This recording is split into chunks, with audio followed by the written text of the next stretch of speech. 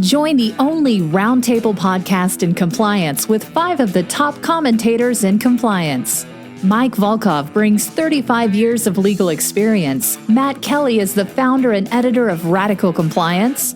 Jay Rosen is Mr. Monitor who knows his way around the culture of compliance. And Jonathan Armstrong, a partner at Quartet Compliance in London, rounds out this top group of compliance practitioners. Check out the rants and shout out at the end of each episode. Hosted by Tom Fox, the voice of compliance. Everything Compliance is a production of the Compliance Podcast Network. This episode, we have the quartet of Jonathan Armstrong, Jonathan Marks, Jay Rosen, and special guest panelist Mary Shirley from Great Women in Compliance. Each panelist will give some commentary and then have shout-outs and rants at the end. I know you will enjoy this episode of Everything Compliance. Hello, everyone. Welcome back to another episode of Everything Compliance. Today, we are thrilled to have our special guest panelist, Mary Shirley, who will join us. The lineup today will include Jonathan Armstrong, Jonathan Marks, Mary Shirley, and Jay Rosen. So, Jonathan Armstrong, I would normally ask you what's on your mind, but there's lots of goings and comings out of the EU and the UK. Which would be the top one for you to talk about this week? Well, I think it is a tough choice, but maybe we'll talk about Luxembourg and what is the highest GDPR fine to date for Amazon. Now, it's a fine from the Commission Nationale pour la Protection des Données. That, of course, isn't a commission set up to protect everybody's favorite Osmond. It is the Luxembourg Data Protection Authority. And it's quite an interesting fine for a whole load of reasons. Firstly, because the Luxembourg Data Protection Authority have been one of the least active across Europe. They've had no public GDPR enforcement in Luxembourg until June 2021, and now they appear with an amount of money that's whopping in anyone's terms. We don't know that much officially about the case against them. It came to light because Amazon made disclosures to the SEC in accordance with its listing rules. And of course, this is becoming increasingly a way in which we're finding out about large data protection fines. You might remember that British Airways and Marriott, the fines there also became public knowledge through their filings. We have, however, got some intelligence from people we know close to this. I may or may not have got this right. I've had my ear to the ground for our listeners. And of course, if Amazon or the CNPD are listening, we'll give them the right of reply if I've got this wrong. But it seems that the case arises off the back of a complaint made in 2018 from La Quadrature du Net, which is a pressure group that we've talked about before, Paris-based, who were involved in complaints principally against big tech operations. And significantly, they had this campaign not only against Amazon, but also against Apple, Facebook, Google, and LinkedIn. So we can expect to see, I think, investigations become public against those 4 as well. But those 4 operate through an Irish regulatory system, so not aligned with this Luxembourg investigation. And it seems that the case was about advertising and about white space on Google being sold, possibly through the Google network, on the basis of preferences. Now, it's long been known that Amazon store people's preferences, and they've done that from the very start almost to suggest books that you might like. You know, if you've read the Tom Fox Compliance Handbook, then you might also like to read War on Peace or a Jack Dempsey novel, and they profile people, or Mary's book, and they profile people and suggest new things for them to read on that basis. But it seems that Amazon have gone further, and they've if you like, rented the space in people's eyeballs on the basis of information that they've obtained against them. Now, as I say, this is conjecture. This is me with my ear to the ground, but it seems that that's what the case is about. And Amazon seem to have said that they have legitimized that sale because of a contract with individuals. When you log on to Amazon, your terms and conditions are put in front of you, and they seem to be suggesting that those terms and conditions allowed you to sell that data. And for those GDPR geeks, their defense is effectively that they had a lawful basis under GDPR Article 6, open brackets 1, close brackets, open brackets, B, close brackets, if anyone's following and wants to look it up.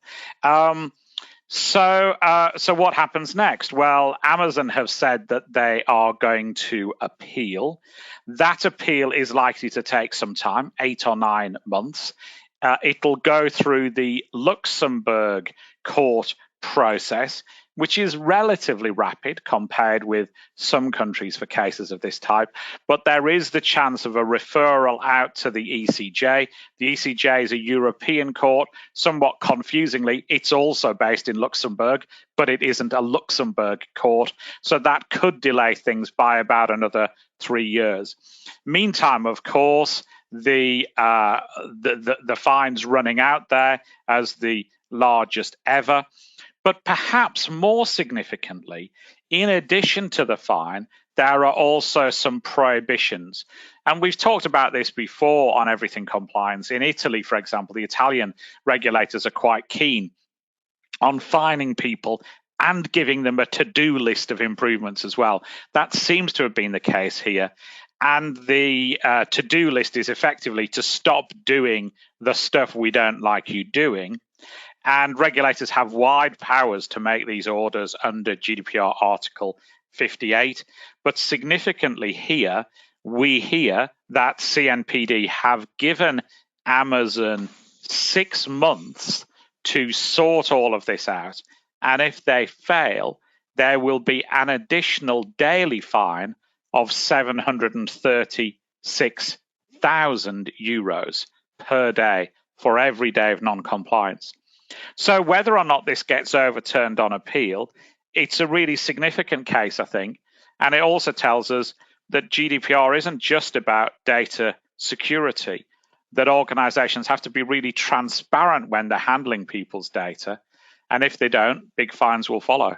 Jonathan, the facts of this case, as you called it, I think, renting eyeballs of Amazon's customers out. Is this so unique to Amazon that it really would not set a precedent in terms of the fact pattern? Or is it's the issue that you just concluded with, that GDPR is not simply my personal identifiable information stored in a company, and it can be a wide variety of personal information? I guess it's a long-winded way of saying, is anybody else like Amazon? And would this set a precedent for any other companies? Yeah, I think it does. I mean, certainly, as I say, we know that the original complaints from La Quadrature du Net also point the finger at Apple, Facebook, Google, and LinkedIn. There have been another batch of complaints just today from NOYB, a pressure group linked to Max Schrems, who we've talked about previously, who's also saying that a number of large newspapers also do this eyeball rental. And that's quite an interesting new complaint. They're saying that effectively organizations like newspapers give people the option of ad-free subscription or ad-included free reading of a limited number of articles, for example. And they say that that can't ever be informed consent, because the cost of paying a newspaper is prohibitive for some. You know, if you look at the costs of some of the US publications that have paywalls, for example, they're saying that's, if you like, an unfair bargain. So there are going to be all sorts of ramifications for this judgment, I think, because all sorts of organizations have relied on either consent or contractual basis to legitimize all of these ad practices and all of this selling of data in the ad ecosystem. And I think this judgment gets to the very heart of that whole infrastructure. And maybe one last point, just very quickly, cookies, of course, are also in the firing line. That's all related to this ad tech stuff. A whole host of other complaints from NOYB, possibly about 550, are on their way to regulators. So lots of this litigation to come. Jonathan, the CEO of the Compliance Podcast Network, just texted me and he said, you may expect a call for Cordery to be retained on behalf of the CPN on this matter.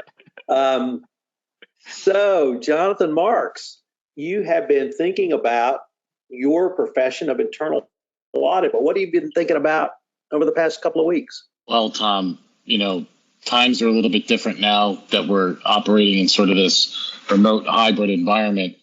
And what I'm thinking about, probably more than I should be, is internal investigations and internal auditors. And one of the things that I keep noticing is that, and we keep getting more and more inquiries into, is that, when should internal audit really step away from an investigation, and how should they be involved? And, if they're triaging an allegation, who should be involved in that process? And, or if you're conducting an internal audit and you find something that could be, akin to a potential fraud, what should you do?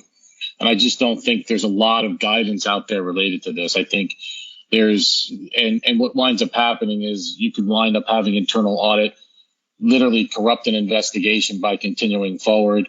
A lot of times there's not communication between the general counsel and internal audit. There could be some investigation already ongoing, which internal audit doesn't know about, and they could be bumping into one another. But I just think, after really thinking about this for a couple of weeks and really looking at the landscape and the environment that we're living in right now, obviously communication is tantamount to something that's, for any organization to be effective. But there's not a lot of guidance out there for internal audit when it comes to, either triaging an allegation or actually running through, a situation or some type of simulation when it comes to, issues that crop up, or an investigation type of activity, and when they should actually serve and depart and let, outside investigators take over, and when they should actually, and what role they should play, going forward. Jonathan, wow. Okay. So for those of you listening at home, you're seeing me hold up a copy of the Compliance Handbook 2nd edition, where I quote Jonathan Marks on triaging your whistleblower reports and then internal investigations. But I've never heard you talk about who should be on the triage team. Are you now kind of rethinking that you need to have a broader triage team? Because as I understood what you advocated before, it was to a triage is really important, but also the speed of the triage is important, so you get the issue to the right people. Have you kind of rethought that? Well, I don't know that I've rethought it. I think I keep thinking more and more about, kind of what you just talked about, Tom, sort of the speed of all of this, and the importance of a timely investigation, and the importance of actually kind of cabining in those issues, or ring fencing in those issues, and getting to remediation quickly. Because we all know that, one of the key things from either a regulator's perspective or, or anyone from an outside looking in is, not only identifying those issues, but how quickly those issues really come to a point where you actually start the remediation process. May not be as fulsome as it might be at the end of the investigation, because you're seeking to understand throughout. But, I take a look, and I look at some of the folks that are involved in triaging these allegations, and in a lot of cases it's compliance, which it should be. In a lot of cases it's compliance, in the general counsel's office. A lot of times it's senior, members of senior leadership. I think that's fine, but I think in some instances, I think it's really important to get internal audit involved. That that the sort of the general counsel, the compliance officer, the compliance function, and internal audit to me are those three areas, again, in the enterprise ecosystem where if you're not communicating, you're not talking, their odds are something could slip through the cracks. So I guess maybe I am really thinking more about, the triage process and thinking more about the investigatory process today. The other thing I will tell you is that internal auditors are not trained in some instances to deal with a lot of the issues that are being faced, that are coming forth today. So, again, you want to put, the right foot forward here, but you never want to have an investigation tossed out because of lack of credibility or lack of independence. And the lack of credibility really comes from just not having the right skill sets of the people on the investigatory team. So, it kind of made me, over the past couple of weeks, it kind of made me sit back and say, maybe it's now time to have and put out some real true guidance for internal audit. And that would include compliance in the general counsel's office as well, on how they should be functioning and how an investigation, when it launches from the very beginning, from maybe, it's a whistleblower complaint or something coming through from the hotline, who should be involved. But, at what point does what role should internal audit take, if any? And what role should everybody else take, with regards to the investigatory process? Because, again, sometimes having the general counsel's office involved in an investigation is not wise either, depending on, what the nature of the issues are, or having compliance involved in an investigation might not be wise, depending on what the nature of the issues are, just to preserve that level of independence. A couple of years ago, pre-pandemic, I was speaking in Paris, and a compliance practitioner posed the following question, which was, when is the government going to release guidance on how to do investigations? And for me, that spoke to the difference between a civil law-based society and a common law-based society, where in the civil law you have a much more structured approach. But I'd like to perhaps ask our other panelists, who I think have gone through investigations, number one, you always could do more in investigation. It's always a trade-off of time and efficiency, but doesn't that decision really come down to your own professional expertise within the confines of your investigation protocol? Do any of our other panelists really have any thoughts on that? Yeah, I mean, I think you're right, Tom. I think that obviously you can't boil the ocean, and no reasonable regulator expects you to. But you've got to have a proportionate response, and as you said, you've got to have a proper investigation plan. And there might be times when you need to share that with agencies and third parties as well, and agree that structure in advance. Yeah, I agree with you all. The other term, apart from boiling the ocean, for me is that, you can't turn over every stone. It needs to be proportionate, as with everything in compliance. For me, it comes down to feeling reasonably assured that I have the information and findings that can be justified or defended should my investigation come under scrutiny from others. Occasionally, that might mean getting a second opinion. You feeling like you're doing something, you may want to get a second set of eyes on it. But I think there are also a lot of other circumstances. So, for example, a company that is under a monitorship that has already been in trouble is probably going to want to be a bit more robust than a small company that doesn't often have a lot of risk, hasn't had a lot of problems, regulatory issues, government scrutiny. Potentially they may feel more comfortable doing a little less in an investigation compared with a company that's already been burned. So I think there are a few circumstances to consider which may direct the extent of your investigation. But whatever your circumstances, at least from my perspective, I want to be in a position where I can say I did all that was reasonably necessary, and I feel comfortable with that, and be able to show with your documentation, your investigation plan, exactly what you did if it comes down to it. Gusto is sponsoring this podcast, and I hope you will listen to a message from our sponsor, Gusto, before you get to Jay Rosen's commentary on this episode of Everything Compliance.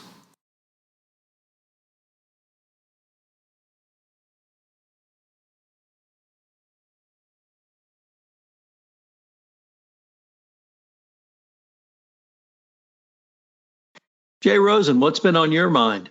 Thanks, Tom. Last month, my AMI colleague Dion Lomax and her colleague Mintz's Joe Miller shared some thoughts about how the Biden administration may approach antitrust matters on the AMI Integrity Through Compliance podcast. We're now 6 months into a new administration, and all eyes are on 1600 Pennsylvania Avenue and on the Hill to determine what changes President Biden may make or encourage Congress to make regarding antitrust enforcement. Thus far, we've heard rumblings of a federal ban on non-compete agreements in the employment context, and we've seen proposals for new legislation like the Competition and Antitrust Law Reform Act that was proposed by Senator Klobuchar. Companies may need to know how to prepare for changes in antitrust enforcement and how any new antitrust legislation may impact them. What changes, if any, do we anticipate the Biden administration making in terms of antitrust enforcement? The only change we can sort of moderately confidently predict is more change. So we think there's going to be more enforcement. There seems to be a lot of enthusiasm, both with the administration and also on the Hill. And antitrust is kind of having its own political moment. Enforcement agencies can influence law by their case selection and by the policies they announce in the cases they investigate. And so they're very influential, but they're not lawgivers. And Congress kind of stays out of the way. The law is, relatively settled. It changes over time, and academics have an outsized influence because it is a common law process and they can influence judges with their writings. Now we're seeing a lot of political tumult, and so it's really an uncertain time in antitrust. So what we're seeing is a commitment to do more of it, and it's a bipartisan commitment to do more of it. And if you've got the administration saying what they want, and you've got Congress saying that there should be more of it, and again, not politically completely aligned except directionally, both Republicans and Democrats think that there should be more enforcement. So we think you'll see more. Biden has 3 significant appointments to make, and he's made one of them already. And so right now, in terms of making any accurate predictions going forward, it's still too early. But we've got definite signals. There's 2 strong signals that we've seen. The first one, at least in time, was the appointment of Tim Wu, who's a professor at Columbia University and has written extensively on antitrust and how it should be more involved in going after big tech and more expansive in the type of conduct that it catches.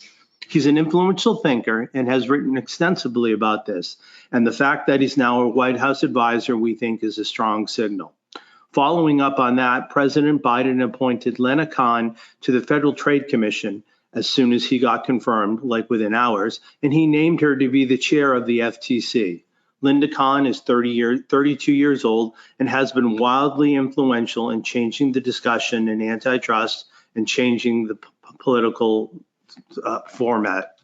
She wrote a law review note, that is the paper that some students write while they're in law school. And her law review notes although law review notes are typically not influential, they're typically quickly forgotten. But she wrote one about how antitrust was really not up to the task in its current formation of dealing with what she thinks as monopolies in the tech sector.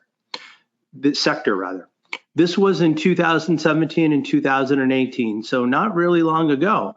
And then she had a series of policy-oriented jobs. She worked for a progressive think tank, the Open Markets Institute, and she was an attorney advisor to one of the current current commissioners, Rohit Chopra, at the FTC.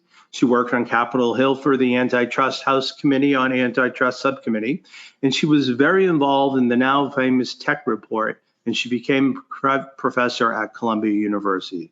She couldn't have been there that long before she got this appointment. Even if you disagree with a lot of what she has to say, you have to appreciate the amount of influence that she's had in a very short amount of time. So you've got these 2 nominations, including the chair nomination to the FTC. However, there's about to become another FTC spot open, and they've got commission works as the 5 presidentially appointed commissioners. They've got staggered terms. One of the commissioners' term is up, Rohit Chopra, and he's very progressive, and he's going to be where he's going to be nominated to the director of the Consumer Protection Financial Bureau. So there's going to be an open seat right now, and the commission is split at 2-2 along party lines. Although we don't typically think of antitrust in partisan terms, when we say a split, we think there's 2 commissioners who we'll call progressive and are relatively expansive in how they look at antitrust laws. And then there's 2 who happen to be Republicans or more traditionalists. You need 3 votes to get something out of commission, and that's now split at 2-2. So whoever that other appointment is going to be, extremely important to the commission looks over the next few years. If it's a Democrat, but somebody with relatively traditional views, I think of Bob Petrovsky in the 90s. He was a professor at Georgetown who wrote a well-used textbook, understood the law and policy really well, and had written a lot of influential articles.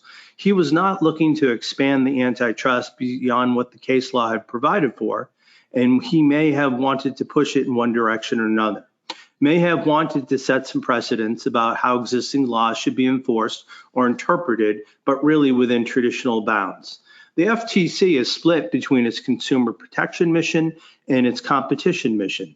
On the competition side, there's somebody who sits on top of that bureaucracy who comes in for 2, 3, or 4 years and then leaves. And they're typically a very accomplished antitrust lawyer who either comes out of the private sector, sometimes academia, but usually run the competition program day to day.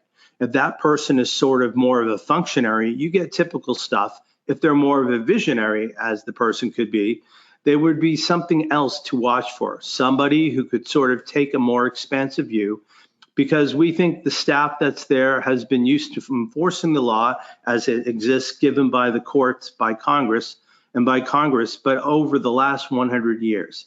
In the midst of all this, you have companies that are still trying to do deals, still trying to push ahead with their strategic objectives. Given the state of the appointments, both at the DOJ and the FTC, should a company hold off on their M&A and joint venture activity?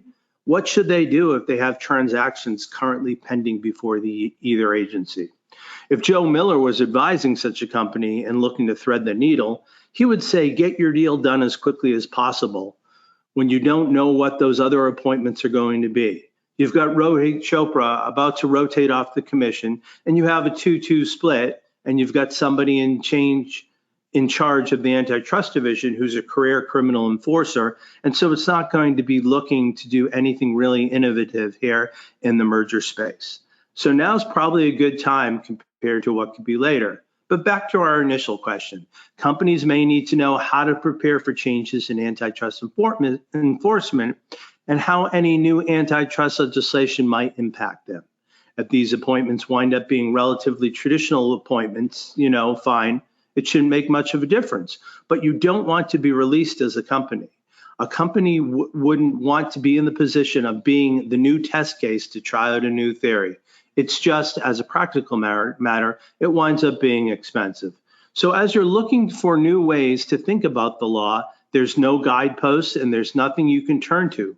It takes a lot of extra discovery, a lot of creativity on part of everybody, and all that costs money. Obviously, you do not want to put your deal at risk. So when should you complete your transaction? Now's good. Later may be good or not so good, but if we were betting, we'd say try to get it done quickly. Tom, back to you. And Mary Shirley, once again, welcome to Everything Compliance. We wanted to have you on our pod for some time, and we're thrilled to have you. But what has been on your mind recently? Thank you so much to you all for having me. It's such a delight to be here as a guest. So today I wanted to talk about Activision Blizzard, which is one of our topical cases in compliance at the moment. And just as a bit of a recap, I'll explain. This is about a lawsuit that alleged a frat boy culture and misogynistic treatment of women in the workplace. That was followed by an imprudent email to staff from the chief compliance officer, who essentially said that the lawsuit is based on unfounded and untrue allegations. The problem with this is that she's probably telling the people who made the allegations that they are untrue. She then doubled down shortly thereafter with a Twitter post, which again I would say was imprudent, and it was about the problems with whistleblowing. She then proceeded to block colleagues who disagreed with her, and she was very heavily criticized by the general public on Twitter, and that followed with her deleting her Twitter account. In the latest news, Townsend has stepped down from her role as executive sponsor of the Activision Women's Group, so that's probably a prudent step in the circumstances. Also, I can see that there is a senior director of ethics and compliance position currently being advertised at Activision Blizzard. So if you are interested in turning around culture, this is an opportunity for you. My favorite quote, that to be fair, it may be a template, it may be what they usually put in their job postings. It states, "Priorities can change in a fast-paced environment like ours. So this role includes, but is not limited to," and then proceeds to list the job responsibilities. I think we can be reasonably assured that some cultural change management initiatives may become added to that list in the very near future. And I just wanted to comment for a moment about Townsend in this particular CCO role. And the question that I have is, why was someone who seemingly does not have ethics and compliance experience given the senior-most mantle in the ethics and compliance department? She has recently said that the email that went out from her was edited so severely by the general counsel that it wasn't even her voice by the end of it. This is a striking example of why compliance ideally should not report into legal, why we need people with ethics savvy and understanding of reputational risk, including social media sensitivity awareness. They also need a backbone, being able to assert themselves when a problem occurs. In this case, it would seem that sound judgment from an ethics and compliance perspective was missing. And I have to ask, would Activision Blizzard be in this situation if they had hired as CCO someone who is well-known and well-established with a very strong track record in ethics and compliance? Perhaps that decision would mean that the company would be in a very different position today. And finally, latest update on this case. In the news in the last 24 hours, there have been reports that contractor staff in the QA developer type positions are alleging a broader toxic culture, including low wages and long hours. So it seems this is the case that's going to keep on giving for a little while longer, and we need to watch this space to see what the saga will bring next. Jonathan Armstrong, any comments or observations? Yeah, I mean, I certainly agree with all of that. One thing that I'd be interested in your view on, Mary, is we've two breaking news stories. Every Friday, there's a legal journal in the UK that tends to publish stories, and there's two pretty shocking stories today concerning law firms. One alleging that one global law firm has the same sort of frat boy culture as you've discussed, which has led to the marginalization and worse of female members of staff, including, it is alleged, contributing to the death of a female partner. And then a second, not to trivialize it, but perhaps less pernicious story about a law firm that where there's a somewhat salacious video circulating of what seems to be one of the firm's senior partners having sex in a ground floor office with an open window with a junior member of staff. I mean, for a compliance officer, do they also have to look at who they associate with as well? So in your position, if one of your law firms, or it doesn't have to be a law firm, one of your suppliers also features with this type of culture that's toxic, does the CCO have to review those relationships as well? Yeah, that's a really interesting question, Jonathan. The first observation that I would make there is when you were telling me those stories, they were incredibly familiar to me because New Zealand has had almost the exact same situation. One of the times in the last few years that I was home visiting, my mum and I were watching TV and just were falling about ourselves laughing at some of the mismanagement in a particular law firm. What was not so funny was that there had been a long historical culture of sexual harassment of women. There was also another case in New Zealand that was, this goes back many years when I was still living there, where a couple of staff were caught on camera engaged in sexual activity by patrons of a pub across the road, and that went public very quickly, as you can imagine. One of the partners was married to somebody else, and so it sounds like this kind of thing happens all over the world. We're never really going to be able to prevent for this. It's human nature. The problem with looking at who people are associating with can be tricky. Sometimes relationships come about where you think you're dealing with someone who is of excellent moral character, and then it transpires as the relationship progresses that you learn their true face. And that's kind of the point of dealing with sort of psychopaths in the office, right? Is that it's the people who come across essentially as being the most charming. They end up being promoted. They have excellent interpersonal relationships, but what's under the veneer may not be revealed until too much later. So I think there is a certain point at which we would consider that looking at relationships would be important, but it wouldn't be the be-all and end-all because people don't always reveal their true colors.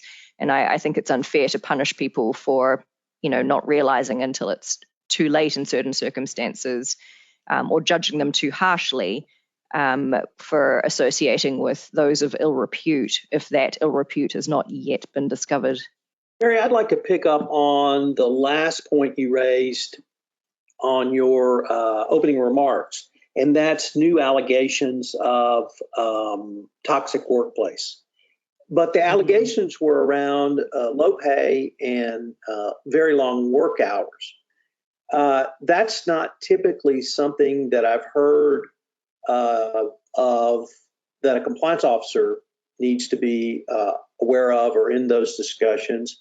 But the way you raised it, it was almost a continuation of the toxic culture from Activision.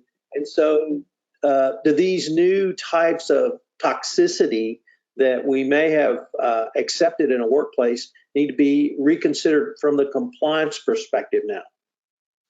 Yeah, I think so, Tom. And this brings up something that I've been thinking about a lot recently, which is essentially, we call ourselves ethics and compliance, but of course, the full boundary in terms of what actually falls into ethics is not every single unethical matter. For example, in most cases, if you were having an affair with someone, your company is not going to form judgment on that and take any kind of action about it.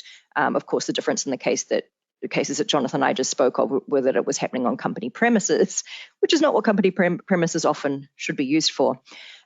So when it comes to this topic, I think we're seeing very much an evolution in compliance where we've gone from regulatory compliance towards ethics, integrity, reputational risk as being things that are now falling more squarely under the compliance officer's portfolio, but it's not clearly defined a lot of the time. And so there is in some respects a slippery slope for us to deal with. And I'm not 100% sure where we'll land. I think my position is that HR functions, for example, do not have a second line of defense a lot of the time. And so it may make sense for compliance to take more of a formal stance when it comes to reviewing HR matters, potentially such as what's being alluded to here. I think the other thing that comes into this beyond the continuation point or the continuum point, which is what you had correctly mentioned is why I wanted to bring this one up, is also the fact that potentially this kind of thing can fall into reputational risk, which compliance officers will start to take more of an interest in. So, for example, when it comes to employees saying that essentially it's slave labor that that the situation is, or that they're being paid below minimum wage. That type of thing, we may 10, 20 years ago have said, okay, that falls squarely under HR. But now what I think would be more likely is that compliance departments would take more of an interest and say, hang on a second, once this starts making the news, that's our reputational risk as well. And could this fall under another compliance area, potentially some of the ESG concerns, which are, that sort of corporate social responsibility aspect. That, again, is an area that's not so clearly defined, but is starting to be put under the compliance portfolio. And so we have this nebulous area starting to come about where traditionally subjects that may not have been compliance, often would have been HR issues, are now starting to fall between both of them. And so the question becomes, to what extent should compliance be taking a grasp of these issues?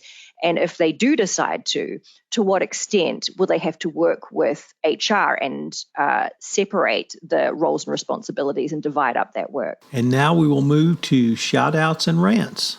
All right. Well, now we are on to fan favorites, rants, and shout outs. So I've told everyone to bring their A game. I assume they have followed those precise instructions. So we will take the same order with Mr. Armstrong. What is your rant and or shout out this week? Well, mine's a shout out, and it's a little more sobering than normal, for which I apologise. But I can't let this podcast go without talking about what turned out to be last night the worst mass shooting in the UK since 2010. Now, by some country standards, the numbers aren't severe. There were 6 dead, but they included a 3-year-old girl and the assailant himself. But I sort of want to shout out to those who run towards danger rather than from it. This was a tremendous response from the emergency services in this in Plymouth, the part of UK where this happened. 4 air ambulances were almost immediately on station, including, of course, 3 who don't serve the area in question. Within 6 minutes, armed response officers were on scene, and as some of you know, not every police officer in the UK carries weapons, and that's very much a specialist role still. And these people ran towards danger rather than away from it, and they knew that there was a man walking the streets with a shotgun shooting everybody he saw. So it's a shout out to those who ran towards that incident, and thoughts and prayers to those who are still in hospital as a result. And that was going to be my rant over for today. But just as we went on air, Tom, I got an email from a colleague and a friend who is one of those people who runs towards danger. He's a volunteer ambulanceman. And I just wanted to read the email that he just sent about how his year has been. He said, "It's been a pretty hideous year. With so many people isolating, there's been a huge demand on limited resource. COVID was so awful in January to March. I have never had such horrible experiences. People literally dying on me. COVID has thankfully reduced in terms of 999 calls, what you call 911 calls. Those we do go to now are almost universally younger people who have not had the vaccine. So many 30-year-olds who decided they thought it was a hoax are now in intensive care and dying. Pregnant mothers too. We're not out of this yet." So it's a shout out, a somewhat sobering shout out to those who run towards danger, those who give up their time to help out others, and a plea that I think Matt made so eloquently on our last broadcast. If you've not had the vaccine, go out and get it now. Jonathan Marks. Well, I don't know if that's pretty tough to follow, but I'll do my best. You're going to have to bear with me because I'm kind of trying to set this up a little bit here. People will come, Ray. They'll come to Iowa for reasons they can't even fathom. They'll turn up your driveway, not knowing for sure what they're doing. They'll arrive at your door as innocent as children, longing for the past. Of course, we won't mind if you look around, you'll say. It's only $20 per person, emphasis added there. You'll pass over the money without even thinking about it, for it is money they have, and peace that they lack. And they'll walk out to the bleachers and they'll sit in shirt sleeves on a perfect afternoon, or in this case, an evening. They'll find they have reserved seats somewhere along the baselines where they sat and when they were children and they cheered their heroes. And they'll watch the game. Well, maybe some will, maybe some won't. And it'll be as if they dipped themselves in magic waters. The memories will be so thick, they'll have to brush them away from their faces. Let me tell you something. Major League Baseball, you blew it. You absolutely blew it. And if the executives are listening to this podcast, so I'm going to tell you again, you blew it. You choked. You had a golden opportunity. You had the Yankees playing on the Field of Dreams field that was built, and you had blackout situations where people couldn't watch the games. You know, I read the newspaper articles. I understand, what happens from a TV production perspective. But don't tell me in this day and age you couldn't have figured out some way, somehow, something better to broadcast that game. I don't care who's playing. It was pretty darn nostalgic, and I'm pretty upset that I wasn't able to see it. So thanks, Major League Baseball. You ruined it for me. Jay Rosen, do you have a shout out and or rant for us today? Tom, I've got a shout out today, and it's to all the DOJ attorneys as well as the state AGs who spoke truth to power and kept our fragile democracy from almost being swept away and replaced by a fascist nightmare. Every day, it seems, there are new revelations about horror stories of how the former president desperately tried to hang on to the presidency and steal a second term. While I would have preferred knowing about these treasonous acts in real time, I am awed that we are the beneficiaries of these individuals who decided to risk their reputation and jobs by standing up to the prior administration. Mary Shirley, do you have a rant and or shout out for us? Sure. I have both a rant and a shout out. Would you like both at the same time or separately? All right. So my rant is regarding the regression of compliance best practices. With so many newly on the market roles reporting into legal, for so many years, there was a lot of work done, which resulted in compliance departments becoming separate and independent from legal, and compliance being able to report into the board, the CEO, both. However, for some reason, in the last year or so, this is starting to be reversed. The pendulum is swinging back to 10, 20 years ago.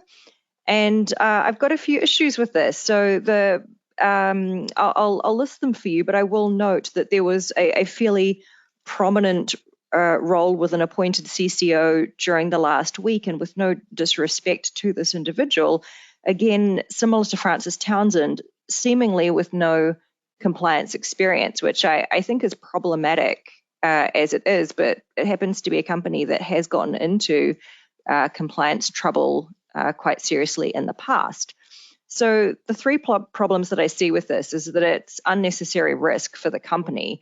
I can't think of any other department which so commonly has people saying, oh, why don't we staff this function with someone who's never done it before and put them in the top executive position? Let's do that. No, it only really seems to happen in compliance. The second thing is that it's offensive to the ENC community. For those people who have been practicing for so many years learning their craft, to see a company institute an individual who doesn't have that experience and say, yep, your job is so darn easy, we're going to put someone in the role who's never done it before, and they can hit the ground running because really the work you do doesn't matter and is super simple. And finally, thinking about the morale for compliance teams who are in this situation, there are employees working hard for years to build themselves up, get themselves ready for promotion, and then someone without experience is brought in from the outside just because they're a lawyer. How does that seem fair? What's that going to do for the team morale and employee engagement for those companies? So let's help that pendulum swing back. Do whatever you can to get us back into the point where compliance remains independent from legal, far away from the risks of having to worry about the GC amending your public announcements and that you feel pressured to do so because they're your boss. And then the rave that I have is for the Netherlands. for their newly proposed whistleblower law. Notably, there's no need to report internally first. There's no obligation there. And interestingly, there are a couple of compliance roles. So for companies who have so far avoided getting a compliance function, you know who you are, there is a need for an independent integrity coordinator to receive reports, although I would note that this role can actually be outsourced externally. And then there's also the need for a confidential advisor. So companies that fall subject to this law, if they don't already have an ethics and compliance function in place, they'll need to start preparing to staff those up, ideally with experienced people where you can in the senior roles, and keep an eye out for this bill coming into effect. Thank you. And I have a shout out. I have a shout out to the governor of the great state of Texas.